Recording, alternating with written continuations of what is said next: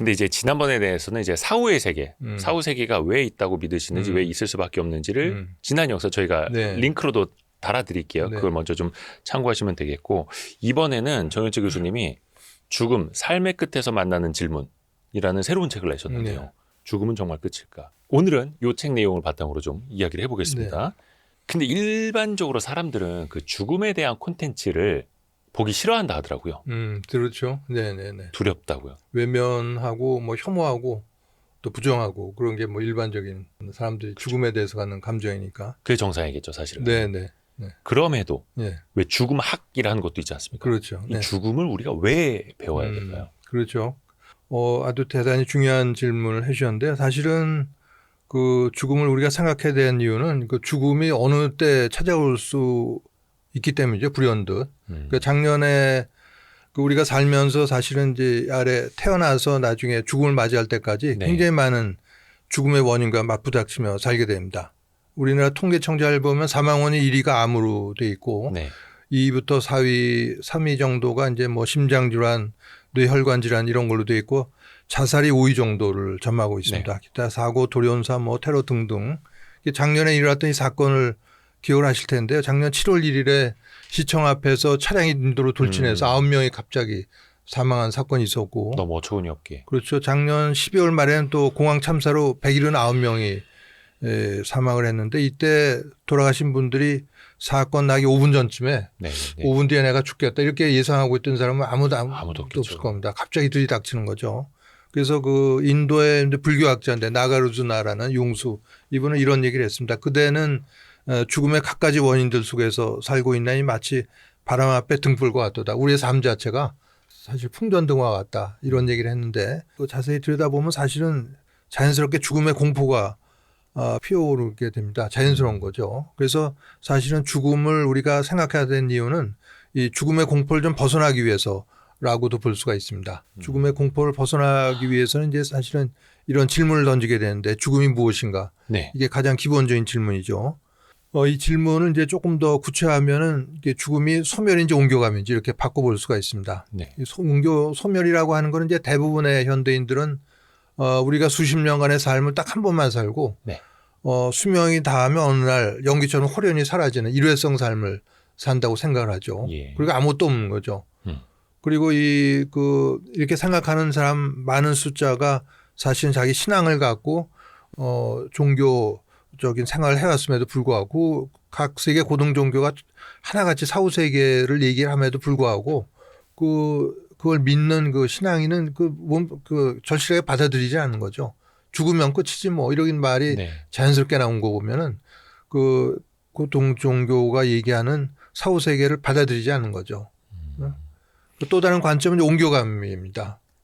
제가 이제 얘기하고자 하는 게 옮겨감인데 이게 머리에 떠올리기 좋은 걸로는 이렇게 벽인지 문인지 바꿔서 생각을 할 수가 있습니다. 벽이라고 하는 게 바로 저 앞에 가면 더 이상 갈 데가 없는 거니까. 예. 소멸이 되어 있고 문 앞에 가서는 열고 넘어가 버리면 되니까 옮겨감의 의미가 되는 것이죠. 우리가 예를 들어서 동전 하나를 잘 파악하려도 사실은 앞면에 뭐가 새겨져 있는지 뒷면에 무슨 그림인지 옆은 어떻게 되는지 두루두루 다 자세히 봐야지 전체를 파악할 수가 있는 거죠. 네. 2600년 전에 어느 성현의 제자가 스승에게 질문을 합니다. 네. 죽음이 무엇입니까? 물었더니 스승이 이 삶도 모르면서 무슨 죽음을 알려고 하냐고 야단을 치는 바람에 유교 전통에서는 죽음이라는 말을 함부로 꺼내기가 어렵게 됐습니다. 예. 이런 응대는 요즘도 죽음에 대해서 궁금해하는 어린이, 젊은이들이 질문할 때 입을 틀어막는 데 많이 사용이 되죠.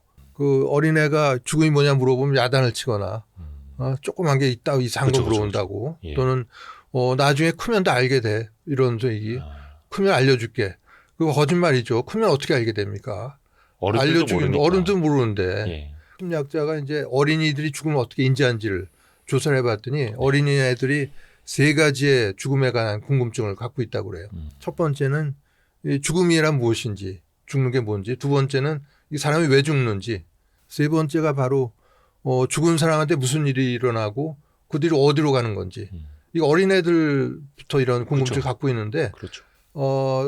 크고 성장해서 나중에 늙고 죽을 때까지 그런 궁금증을 해결할 길이 없는 거죠. 아무도 얘기해 주는 사람이 없고. 그게 문제인데 그래서 저는 그 성현의 생각과 다르게 제대로 된 삶을 살려면은 죽음을 직시하고 성찰할 필요가 있다. 라고 얘기하는 거는 이 삶과 죽음이 정말 동전의 앞뒤면 같은 거기 때문에 제대로 된 삶 살려면 반대쪽 죽음을 충분히 알아야지 우리가 제대로 된 삶을 살 수 있을 뿐만이 아니라 죽음에 대한 공포를 극복할 수 있는 길이 된다. 이렇게 얘기할 수 있는. 그러니까 말씀도 죽음에 대한 공포를 벗어날 수 있다라고 말씀해 주셨는데 그렇습니다. 또 이제 반대로 보면은 죽음 이야기를 자주 들으면 조금 더 다운되거나 우울해지거나 더 위험해지지 않을까 또 걱정하시는 분들도 있거든요. 그런 오해가 많습니다. 그게 오해인데요. 사실은 그 반대입니다. 그 죽음을 집약적으로 볼 수 있는 데가 공동묘지죠. 공동묘지요. 공동묘지 자꾸 가면 어떻게 될 것 같습니까? 이게 이런 기사가 난 적이 있는데요. 사는 게 힘들면은 공동묘지 걸어보라. 이런 기사가 몇 년 전에 일간지에 난 적이 있었는데 안 그럴 것 같은데 공동묘지에 가면 삶에 오히려 긍정적인 변화가 온다는 거죠. 아, 그래요? 예. 자신과 남에 대한 해악을 최소화하고 또 그런 생각 자세를 갖게 되는데 자기의 인생 목표하고 가치의 우선순위도 또 다시 매게 된다고 합니다. 그런 많은 묘지들, 죽은 사람들을 보면서. 그러면서 또 오히려 가족에 대한 애틋함도 증가하고 오히려 술, 담배도 줄이고 건강을 챙기는 쪽으로 간다고 그래요. 그래요? 그리고 남에 대한 배려심도 깊어지는데 이게 이제 심리학 실험인데 공동묘지 안에 있는 사람하고 밖에 있는 사람 대상으로 누가 노트북 들고 있다 떨어뜨릴 때 누가 많이 도와줬는가 봤더니 공동묘지 안에 있는 사람들이 40%나 더 많이 도와주더라. 그리고 공동묘지를 정기적으로 산책하는 사람은 되게 우리는 그 낯선 사람 보면 되게 경계심 갖고 그러는데 오히려 훨씬 더 많이 도와준다는 거죠. 낯선 타인을 대할 때. 그게 죽음에 대한 자각이 높아짐으로써 어떤 인내심 또 평등의식 연민 또 평화주의 이런 게 동기가 부여돼서 그런 게 아닌가 이렇게 이제 심리학자들은 판단을 하고 있는 거죠. 네. 우리가 생각하는 거랑 아주 다른 걸 알 수가 있습니다. 근데 이제 누구에게나 죽음 자체가 두렵기 때문에 궁금하기도 하고 걱정이 되기도 하고. 근데 이제 교수님은 이 죽음학에 대해서 굉장히 오랫동안 또 연구를 하셨잖아요. 물론 이제 20년 됐죠. 정현재 교수님은 서울대 의대 내과 내과 교수로. 내과 교수시다가 또 이제 좀 편찮아지시면서 더 이 죽음학에 대해서 더 많이 공부를 하신 걸로. 근데 사실은 암 진단 받고 온 게 그 전부터. 그 전부터. 네, 암 진단 받기 11년 전부터 죽음에 대한 강의를 해왔고. 네, 정말 오래됐네요. 11년째 됐을 때인데 암 진단을 받게 돼서 이제 조금 좀 그 감회가 새로운 면도 있죠. 그러면 이렇게 한번 질문을 드려볼게요. 교수님은 그렇게 오랫동안 죽음에 대해서 연구하고 공부하셨으면 실제로 죽음이 두렵지 않으신가요? 그거는 상당히 중요한 질문입니다. 사실은 그냥 두렵다 안 두렵다 이렇게 끝낼 수 있는 게 아니고 우리가 그 질문을 통해서 여러 가지를 생각해 볼 수가 있는데 제가 아는 어떤 80대 후반에 명예교수 한 분이 얼마 전에 이런 속내를 털어놨습니다. 전화 통화를 하면서 이 고령의 나이에 죽음이 다가오고 있어서 심히 두려운데 어디에다 내색도 못하고 그냥 애써 태어난 척하며 지내고 있다. 이런 속내를 얘기해 준 적이 있습니다. 그리고 주변에 보면 이런 분들도 있어요. 자기는 뭐 죽음 따위는 전혀 두렵지 않다. 이렇게 아주 그 대범한 자세를 보이는 분들도 있는데 이런 분들도 어느 날 갑자기 본인이나 가족 중에 누가 더 나아서 말기암 진단을 받게 되면은 그런 대범한 자세가 속절없이 무너지는 거죠. 왜냐하면은 죽음이 두렵지 않다고 했을 때의 죽음은 자기가 아닌 다른 사람의 죽음이었기 때문에 그런 건데 막상 자기 발등에 불로 떨어질 때는 그렇게 대범할 수가 없는 거죠. 그렇죠. 네. 그리고 또 뭐 또 뭐 벌써부터 준비하느냐 닥치면 그때 준비하지 이런 얘기를 하는 분들도 있는데 이게 전혀 그 얼토당토하는 말이죠. 죽음이 6개월 뒤에 내가 올 테니까 준비하고 있으라고 하면 얼마나 좋겠어요. 오늘 갑자기 느닷없이 뒤통수를 치는 게 죽음이니까. 그래서 이제 그 사실은 이제 저도 이제 만약 20년 전에 그런 질문 받았으면 상당히 두렵다고 그랬을 겁니다. 엄청나게 무서운 거죠. 내 존재가 갑자기 없어지고 또 내 존재를 받쳐주던 모든 근거가 다 소멸해 버리는 거니까 그것처럼 두려운 일이 어디 있겠어요. 그렇죠. 그러나 제가 20년에 걸쳐서 이제 그 죽음에 천착하면서 공부를 하고 또 죽음에 대한 강의를 해오면서 알게 된 게 죽음이 뭐 소멸하는 게 아니라 옮겨갑니다라는 걸 확실히 알게 됐으니까 그런데 두려움 같은 건 없지만은 여전히 과정에 대한 그런 걱정 그런 건 여전히 저도 있죠. 어떤 분들은 그런 얘기하는 분들도 있습니다. 죽음은 두렵지 않은데 죽음에 이르는 과정이 걱정이 된다. 불안하고 뭐 여러 가지 그 질병으로 겪을 육체적 고통을 생각하면 뭐 충분히 이해가 합니다. 뭐 저도 그런 그 불안이 없지는 않는데 그러나 이제 그 어느 작가가 걱정하는 일의 90%는 일어나지 않는다. 예. 이런 얘기를 한 맞아요. 것도 있고 또 어떤 그거를 뭐 출산의 고통 같은 거죠. 그 고통을 지나가면은 다시 이제 어떤 새로운 걸 알게 되고 이 고통스러운 죽음의 과정이 어떤 빛의 세계로 가기 위한 터널 같은 걸지도 모르는데 이런 걸 생각하면은 뭐 감내할 수가 있는 거죠. 이 비스마르크가 그런 얘기를 했습니다. 예. 원전은 인생이라는 뜻인데 제가 죽음이라는 걸로 바꿔봤는데 예. 치과 의사한테 가는 거랑 비슷하다는 거죠. 이가 아파서 치아가 아파서 치과 의사 갈 때 얼마나 두렵겠어요. 그렇죠. 치과 진찰 때 앉을 때 네네. 엄청나게 아프겠구나 하는데 최악의 통증이 올 걸로 생각하지만 조금 앉아 있다면 어느새 다 끝나버리고 예. 해결된다는 거죠. 그러니까 죽음에 이르는 과정도 그렇게 너무 걱정할 건 아니고 어떤 게 오더라도 좀 감내하면은 또 끝난다. 이게 제가 제 스스로에게 이제 위안을 시키고 있는 말이기도 하고 사실은 또 은근히 좀 기대되는 면도 있어요. 소멸이 아니라 옮겨감이기 때문에 예. 본향으로 가게 되면 결국은 제가 있던데 어떤 분들은 돌아가시면 소풍을 가셨다고 그러는데 사실은 정확한 말은 지구별에서의 소풍을 끝내고 본향으로 돌아간 거죠. 복귀로.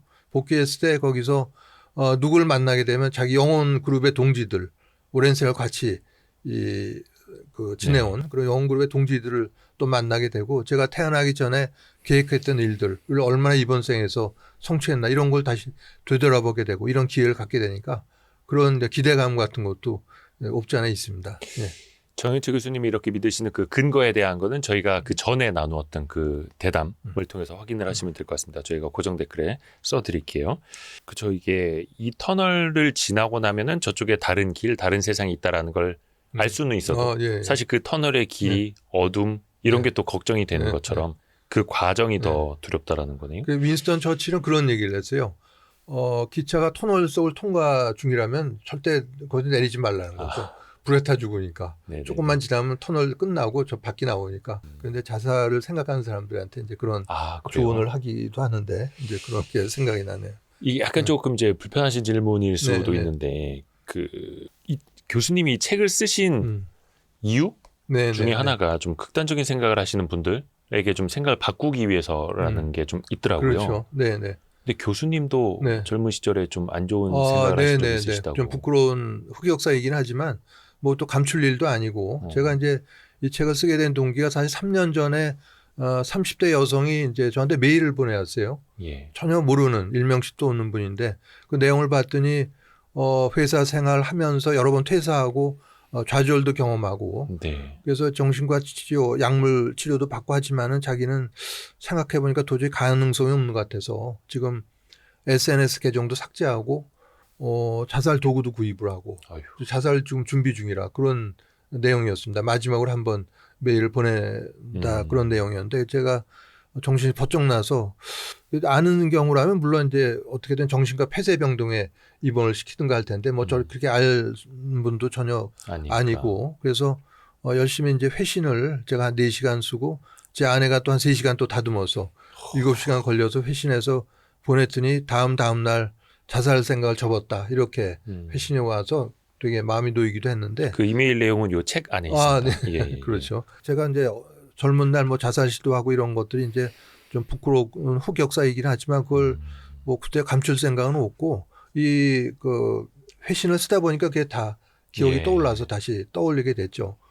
그래서 그런 것들이 오히려 보면 다른 자살 생각을 품고 있는 사람들한테 어떤 동병상련의 심정으로 어떤 그런 걸 극복하는 데 도움이 될 수 있겠다.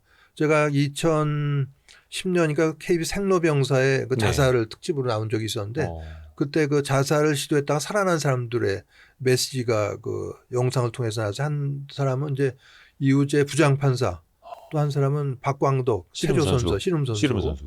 그래서 이분들이 다 그 자살 시도를 했다가 살아난 건데 그 이우재 판사 이분은 우울증은 분명히 치료가 가능하다. 그리고 평생 못 고치는 병이 아니니까 치료를 받으라면서 이분이 뭐 자기 어떻게 자살 시도를 하다가 그 미수로 끝쳤는 이런 거를 얘기를 하더라고요. 약을 먹기도 하고 그 샤워줄로 목을 매기도 하고 그런 여러 걸 겪으면서 결국은 또 아주 중요한 메시지가 사물의 긍정적인 면을 보는데 이게 저절로 되는 게 아니고 매일 반복적으로 습관을 들여야 된다는 거죠. 감사의 기도를 한다든가 이런 네네. 것들이 저절로 되는 게 아니고 습관을 붙여서 해야 된다. 그게 굉장히 인상적이었습니다. 이분이 좀 오래 살면서 좀 이런 자살 예방 이런데 도움이 됐습니다. 이분이 안타깝게 급성 백혈병으로 몇 년 전에 세상을 떠났습니다. 되게 안타까웠는데 그 아래 씨름 선수도 자기가 자살 시도했지만은 그때만 넘기면 살 수가 있다 이런 얘기들이 결국은 그 자살할 생각을 품고 있는 사람들이 그걸 극복하는데 도움이 되겠다는 걸 제가 느꼈죠. 이게 사실 그런 극단적인 선택을 하시는 분들은 다 저마다의 사연이 있고 어려움이 있으시겠습니다만 감히 뭐 그런 거를 예상하기도 힘들지만 왜 그렇다 하더라고요. 지금이 너무 힘들어서 차라리 저 세상에 가면 더 편해질까라는 생각으로 그런 일을 한다 하더라고요. 네네. 근데 이유는 좀 어떻게 봐야 사실은 될까요? 예. 저 세상보다는 생각이 딱 끝나기를 바란다는 거죠. 그 에드윈 슈나이드만이라는 이제 자살학의 아버지라고 불리는 심리학자가 있습니다. 자살학도 있어요. 네. 수십 년 학문이? 전 자살에 대한 연구를 한 거죠. 자살자들이 어떤 심리 상태를 갖고 있는 이런 걸 연구를 했는데 그 중에 하나가 의식의 중지라고 하는 거죠. 자살을 하면은 내 의식의 모두가 중지될 거다. 결혼 생각이 끝날 거다. 예, 예. 그렇게 얘기를 하고 있는데 그게 상당히 잘못된 생각이죠.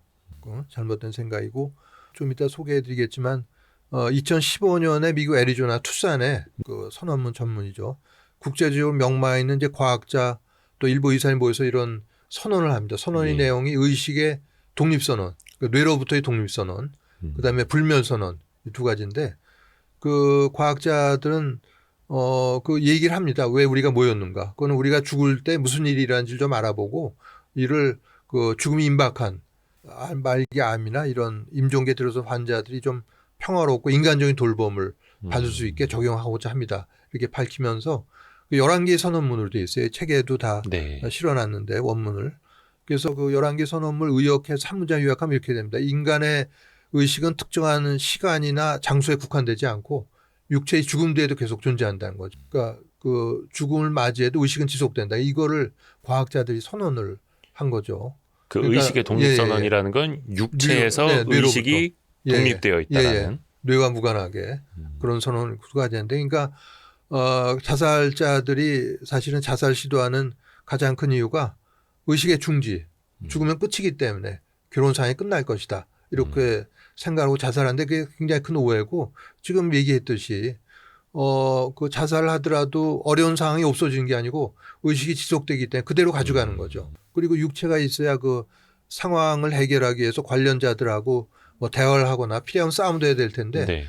그 어려운 상황 그대로 끌고 가고 또 해결도구는 없어져 버리는 또 난감한 상황에 빠지는 이런 걸 얘기를 해줘야만 정말 효과적인 자살 예방이 이루어질 수 있는 것이죠. 여기서 조금 이제 헷갈릴 수 있어서 이런 네, 질문을 네. 드려보면은 이제 의식이라는 게 그러니까 의식의 중지, 이 괴로움에서 벗어나고 다 잊고 끝내버리고 싶어서 그런 네, 선택을 하시는 걸 텐데, 근데 의식은 육체와 별개로 계속된다라는 거. 근데 왜 우리가 표현을 쓰기에 어떤 사람이 의식을 잃었다, 뭐 뇌사에 빠졌다, 뭐 이렇게 하면서 이제 사실상 사망 상태를 의식이 없는 상태로 인식을 하지 않습니까? 네, 네, 그럼 네. 이것도 잘못된 거예요. 뭐 잘못됐다고 보기보다는 그냥 우리가 뭐 일상적으로 이렇게 하는 것들이니까. 네네. 그러면 그 이후의 삶도 우리가 좀 생각을 해봐야 되는데, 네네. 극단적 선택을 하려다가 이제 미수에 그친, 오히려 어떻게 보면 이제 잘 된 것이기는 한데, 네네. 네. 그 이후의 삶은 어떨까? 이게 또 후유증도 있다고 하더라고요. 그렇죠. 그게 이제 두 가지인데 뭐 여러 가지 후유증이 많이 나죠. 제가 80년 초에 이제 그 내과 뭐 인턴도 하고 내과 레지던트도 하고 전공의생 할 때 보면 응급실에 근무할 때 보면 자살 목적으로 뭐 빙초산이나 뭐 염산 이런 거 먹고 오는 응급실에. 사람들이 많습니다.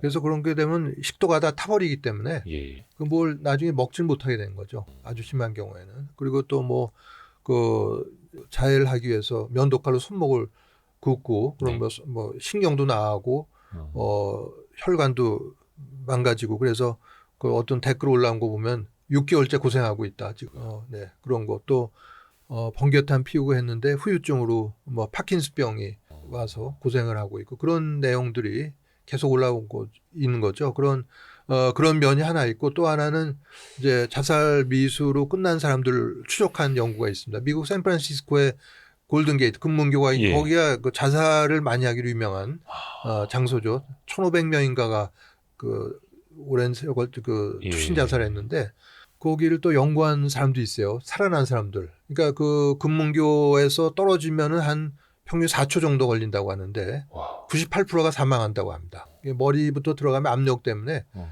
두개골이 골절되고 내장 다 파열되고 했는데 2% 정도가 산다고 그랬는데 다리부터 들어간 경우는 산다고 그래요. 물론 여러 가지 심각한 부상도 있고 그래서 그 2%를 조사해 봤더니 두 번 다시는 같은 방법으로 자살 시도를 하지 않고 95%가 자연사했더라. 그런 내용이 있고 뛰어내리는 순간 후회한다는 거죠. 아, 내가 무슨 짓 한 거지? 이러면서. 그래서 그런 이제 두 가지 측면이 있겠습니다. 남아 있는 사람들도 사실은 괴롭죠. 아유. 특히 이제 그 주변에서 혹은 가족 중에 그런 일을 겪은 사람이 있다고 하면은 사실 그 또 상상하기도 힘든 영역이게 돼요. 엄청나죠. 그러니까 그 가족을 자살로 잃은 그 아픔이나 고통, 슬픔은 뭐 몇 년이 아니고 수십 년을 간다고 합니다.